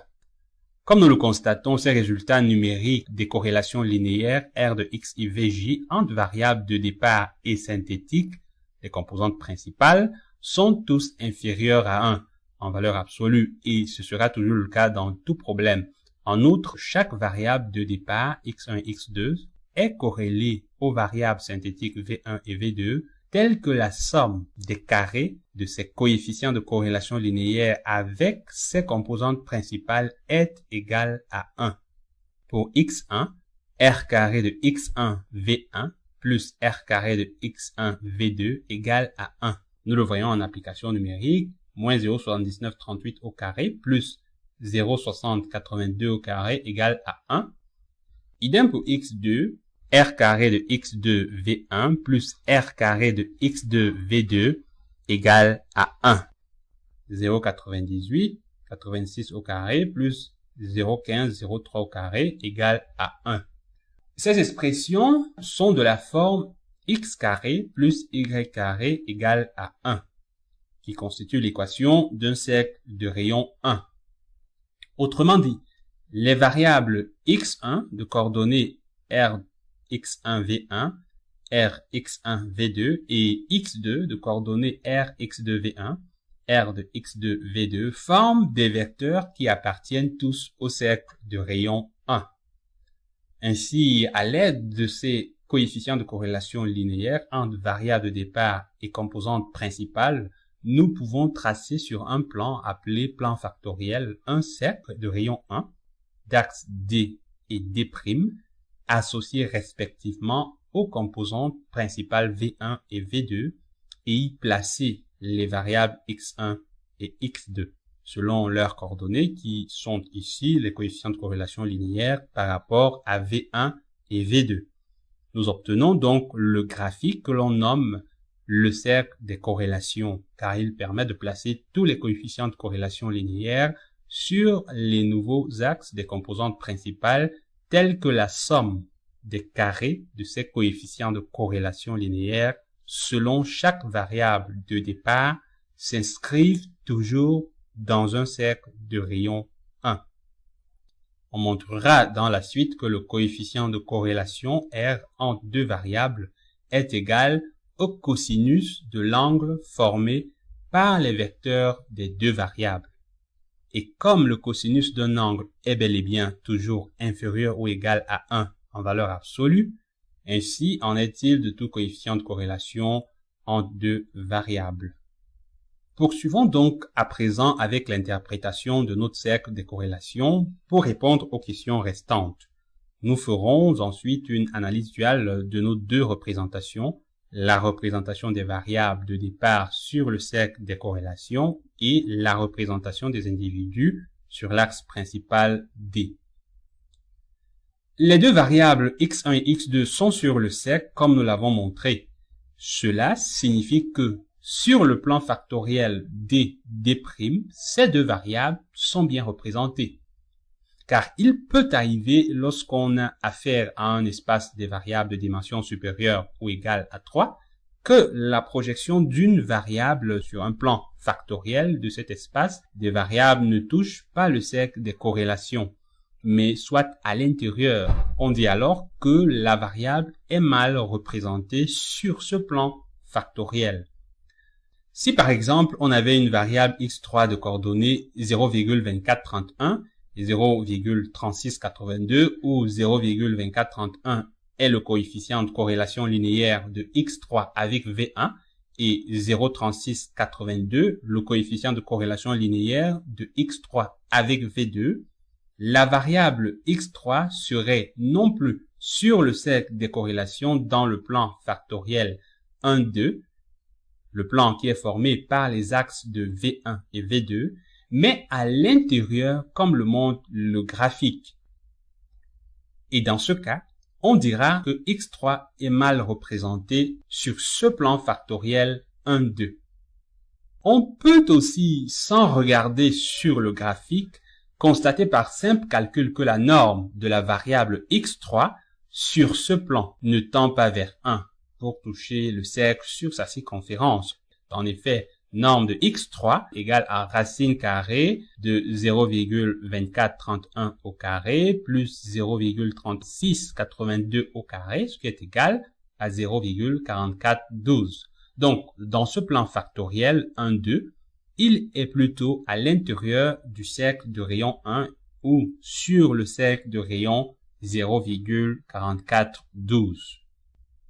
Or, comme la somme des carrés des coefficients de corrélation linéaire d'une variable par rapport à l'ensemble des composantes principales est égale à 1, cela voudra dire que si par exemple notre espace des variables était de dimension 3, il existerait un autre coefficient de corrélation linéaire R de x3 V3 tel que R carré x3 V1 plus R carré x3 V2 plus R carré x3 V3 égale à 1. Ce qui nous permettrait de trouver donc le troisième coefficient de corrélation linéaire entre x3 et V3 égale à racine carrée de 1 moins R carré de x3 V1 moins R carré de x3 V2. Par application numérique, l'on obtiendrait le coefficient corrélation linéaire R de x3 V3 égale à 0,8974. Maintenant, en projetant la même variable x3 cette fois-ci sur le plan factoriel de 3, c'est-à-dire le plan formé par les axes de V2 et V3, les composantes principales, la variable x3 aura pour coordonnées 0,3682, 0,8974 où 0,3682 est le coefficient de corrélation linéaire de x3 avec V2 et 0,8974 le coefficient de corrélation linéaire de x3 avec V3. Pour savoir si x3 y est bien représenté, calculons sa norme sur ce plan. Elle vaut en effet norme de x3 sur le plan factoriel de 3, racine carrée de 0,3682 au carré plus 0,8974 au carré est égal à 0,97, proche de 1. Donc, du cercle des corrélations dans ce plan. Par conséquent, sans représenter le plan factoriel de 3 et y projeter x3, nous savons déjà qu'en projetant la valeur x3 sur ce dernier, elle y sera bien représentée. L'interprétation qu'on en fera est que la variable x3 contribue fortement à la création de la composante principale V3, ou que la composante principale V3, de par son axe factoriel ou principal correspondant, explique fortement l'information renfermée dans la variable x3. Reprenons donc avec notre interprétation. Maintenant que nous savons nos deux variables x1 et x2 bien représentées sur le plan factoriel d', expliquons la nature de leur corrélation. La variable solfège x2 est fortement et positivement corrélée à la première composante principale v1 d'axe factoriel d. Cela veut dire que la composante principale v1 renferme ou conserve l'essentiel de l'information sur les notes de solfège des étudiants. En d'autres termes, c'est à son axe principal correspondant D que reviendra la charge d'expliquer l'essentiel de leurs prestations en solfège. On pourra se contenter de cet axe D pour comprendre comment les notes de solfège sont distribuées parmi ce groupe d'étudiants. Et en analyse duale des représentations, nous dégageons les interprétations suivantes. Comme la variable solfège x2 est fortement et positivement corrélée à la première composante principale v1 d'axe factoriel d, premièrement, tous les étudiants qui sont situés positivement sur l'axe d, c'est-à-dire à la droite du zéro de l'axe, comme la variable x2 l'est sur le cercle des corrélations, ont une note supérieure à la moyenne générale du groupe en solfège. Et plus ils sont éloignés de l'origine de l'axe D positivement, c'est-à-dire vers la droite, plus grande est leur note en solfège. Ainsi, Owono, qui est l'étudiant le plus à droite de tous sur l'axe D, possède la meilleure note en solfège, à savoir 7 sur 10. Son camarade Matip se trouve aussi à droite, mais plus proche de l'origine que lui. C'est pourquoi il possède aussi la note inférieure à celle de Wono de 5 sur 10, mais qui se trouve au-dessus de la moyenne du groupe en solfège, c'est-à-dire au-dessus de 4 sur 10. Deuxièmement, tous les étudiants qui sont situés négativement sur l'axe D, c'est-à-dire à gauche du zéro de l'axe, inversement à la variable x2 sur le cercle des corrélations, ont une note inférieure à la moyenne générale du groupe en solfège.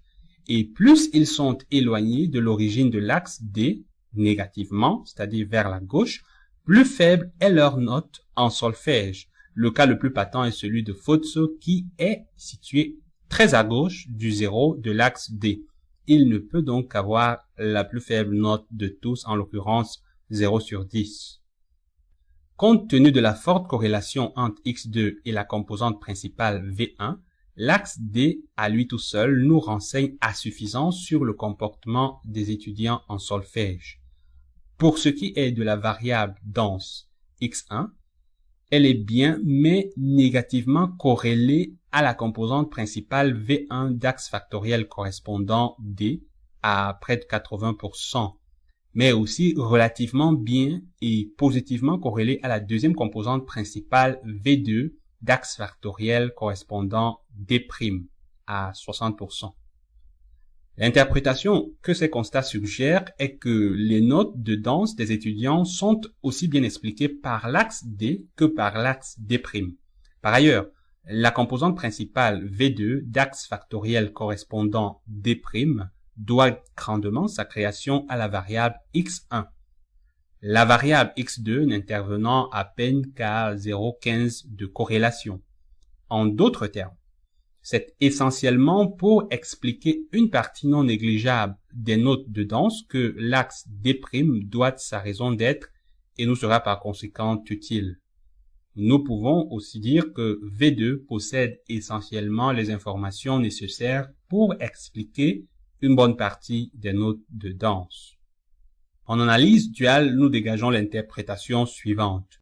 Premièrement, tous les étudiants qui sont situés négativement selon l'axe D, c'est-à-dire à la gauche de l'origine, comme la variable X1 l'est sur le cercle de corrélation et qui en même temps sont situés positivement selon l'axe D', c'est-à-dire au-dessus de l'origine, comme la variable X1 l'est sur le cercle de corrélation, ont une note supérieure à la moyenne générale du groupe en danse. Et plus ils sont éloignés de l'origine du repère négativement selon l'axe D et positivement selon l'axe D', plus grande est leur note de danse. C'est le cas assez remarquable de Fotso. Il est situé très à gauche et légèrement au-dessus de l'origine du repère. C'est ce qui explique sa forte note de danse, la première d'ailleurs parmi les 3 8 sur 10. Deuxièmement, tous les étudiants qui en revanche sont situés positivement selon l'axe D, c'est-à-dire à la droite de l'origine, et qui en même temps sont situés négativement selon l'axe D', au-dessous de l'origine, ont une note inférieure à la moyenne générale du groupe en danse.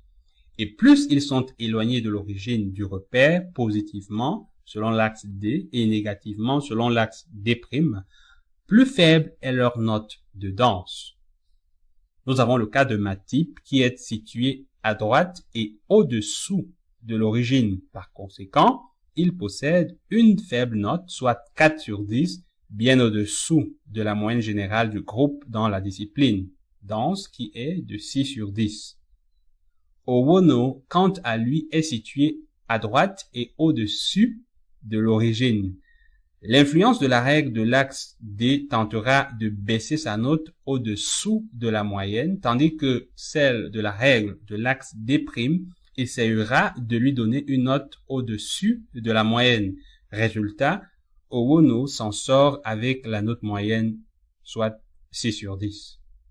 Dans ce dernier cas, il est intéressant de noter que bien que l'axe D de la composante principale V1 explique près de 90% de l'inertie du nuage total et l'axe D' de la composante principale V2 les 10% restants, la note de danse d'Owono a été bien plus expliquée par l'axe D'.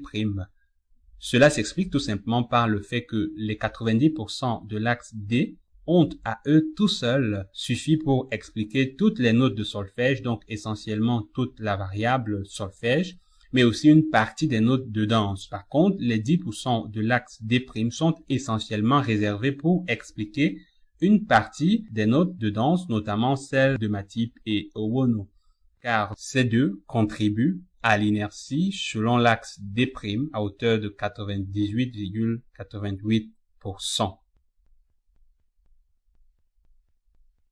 La performance des étudiants dans une discipline donnée dépend-elle de celle réalisée dans l'autre discipline? Pour le savoir, déterminons s'il existe un lien, parce que c'est ça la question, quelconque entre nos deux disciplines. Les deux variables x1 et x2 étant bien représentées comme nous l'avons vu précédemment, déterminons s'il existe un lien, une corrélation entre elles. Pour cela, nous allons déterminer le cosinus de l'angle formé par ces deux variables. Cosinus formé par les variables x1 et x2. Il est égal au produit scalaire des deux variables car la norme de chaque variable est égale, nous l'avons vu, à 1 puisqu'elles sont sur le cercle de rayon 1. On a donc cosinus formé par x1 et x2 égal au produit scalaire x1, x2 égale à la transposée de x1 fois x2 qui est égal tout simplement au produit de leurs coordonnées, c'est-à-dire rx1 v1 fois rx2 v1 plus rx1 v2 fois rx2 v2.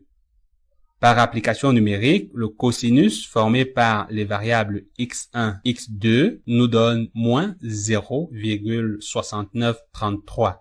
Soit un angle entre variables x1 et x2 égale à 133,9 degrés. Nous en concluons que les deux variables x1 et x2 sont assez bien négativement corrélées entre elles. Qu'est-ce que cela signifie dans notre cas? Eh bien, cette corrélation négative suggère que les performances des étudiants dans les deux disciplines contrastent quelque peu. Autrement dit, si un étudiant a obtenu une bonne note dans une discipline, il aura tendance à être faible ou moyen dans la deuxième. Si en revanche, il essuie une faible note dans une discipline, il fera tout son possible pour avoir une note moyenne ou bonne dans l'autre discipline. Ainsi, après avoir obtenu une bonne note de danse, 8 sur 10, Futso a encaissé une faible note en solfège 0 sur 10. En ce qui concerne Matip, après avoir obtenu une faible note en danse, savoir 4 sur 10, il s'est démerdé pour au moins avoir une note moyenne en solfège, soit 5 sur 10. Enfin, Owono est celui qui s'éloigne un peu de la règle énoncée plus haut. Il s'en sort avec 2 bonnes notes dans les deux disciplines. Cela s'explique aisément par le fait que les variables dans ces solfèges ne sont pas parfaitement négativement corrélées entre elles. Nous avons moins 0,6933 de coefficient et non moins 1. Il existera donc environ un tiers des étudiants qui vont déroger à la règle. Ainsi, les notes dans les disciplines de tous les étudiants ne seront pas parfaitement symétriques négativement. Pour terminer, y a-t-il une discipline favorite? Quel étudiant choisir? La précédente observation peut aussi suggérer que de manière générale, chaque étudiant a peut-être décidé de se concentrer sur une discipline de son choix pour en faire une favorite, sa discipline de prédilection. Si l'on part de ce principe, alors il n'y aura pas de meilleur étudiant dans l'ensemble, mais seulement par discipline. Futso sera le choix de son école si elle veut se faire représenter à la compétition nationale par son meilleur danseur, tandis qu'Owono sera le meilleur choix de l'école en solfège. Toutefois, si l'on considère les performances de façon générale, Owono est sans doute le meilleur choix de l'école. Par ailleurs, si le but de cette étude était de faire une analyse psychologique du groupe en relation avec leurs performances, les interprétations précédentes pourraient s'avérer très utiles pour ébaucher les premières théories et leurs hypothèses associées sur l'état d'esprit et de compétition des trois durant cette sélection. Le choix du candidat appelé à représenter l'école à la compétition nationale pourrait alors ne pas être ce que l'on espère intuitivement, selon le profil psychologique recherché par l'école.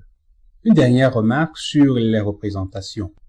Vous avez noté que dans le cadre de l'interprétation des représentations des individus, nous avons dans un premier temps visualisé les individus dans le seul axe factoriel D qui expliquait à lui tout seul près de 90% de l'inertie totale du nuage, ce qui est remarquable. Ceci montre qu'en se contentant de cet axe factoriel, il est possible d'avoir une restitution assez bonne de la dispersion de notre nuage de points. Nous avons ainsi pu expliquer toutes les notes de solfège uniquement grâce à cet axe D, en plus d'une partie des notes de danse. Dans un deuxième temps, vous avez constaté que j'ai utilisé le plan factoriel D', correspondant aux nouvelles variables synthétiques, les composantes principales V1 et V2. C'était afin de compléter l'explication des notes de danse, car l'information résiduelle non négligeable de ces notes de danse constituait l'essentiel des 10% de l'inertie totale que détenait le deuxième axe factoriel des primes. C'est pourquoi, pour bien les expliquer, il a été mis à contribution et finalement, nous avons visualisé notre nuage dans un plan en dimension 2, la dimension de notre espace des variables. Cela revient à dire que nous n'avons plus semblé réduire la dimension pour expliquer notre nuage de données. Ce qu'il faut dire à ce propos est que généralement, on réduit la dimension de l'espace dans lequel le jeu de données sera présenté et représenté en veillant à ce que le sous-espace obtenu soit capable de restituer plus de 95% de l'information du jeu de données initial. Or, dans notre exemple d'intuition limitée à la dimension 2, nous n'avions pas de meilleur axe qui explique notre jeu de données au-delà de 89,57%. Mais il est bien noté que nous sommes partis des axes x1 et x2 associés aux variables de départ de même nom x1 et x2 pour les axes principaux factoriels dd' associés aux variables synthétiques, les composantes principales v1 et v2. Le plan factoriel dd' qui en a résulté était en effet le plan optimal dans notre espace de dimension 2 pour présenter et représenter au mieux notre jeu de données. Et c'est ce qu'il faut retenir pour les jeux de données de dimension supérieure ou égale à 3. De manière générale, il existera toujours un plan factoriel dans lequel la grande partie de l'information du jeu de données sera expliquée au mieux. Et à ce moment-là, vous verrez davantage comment l'on peut réduire la présentation et la représentation d'un jeu de données en dimension très réduite. Car effectivement, il faut partir d'une grande dimension pour parfaitement apprécier l'efficacité de l'ACP après l'obtention d'un jeu de données de dimension réduite. D'ailleurs, si ce n'est pas déjà le cas au moment où vous suivez ce cours, je ferai une autre vidéo sur un cas plus complexe, un jeu de données de grande dimension que vous trouverez dans ma chaîne YouTube. Ce présent cours n'est qu'une introduction à l'algorithme ACP. Et nous sommes d'ailleurs encore dans l'intuition. Voilà, nous venons de terminer notre exemple d'intuition sur l'ACP. Bien évidemment, dans cet exemple, notre jeu de données n'avait que 3 individus et 2 variables.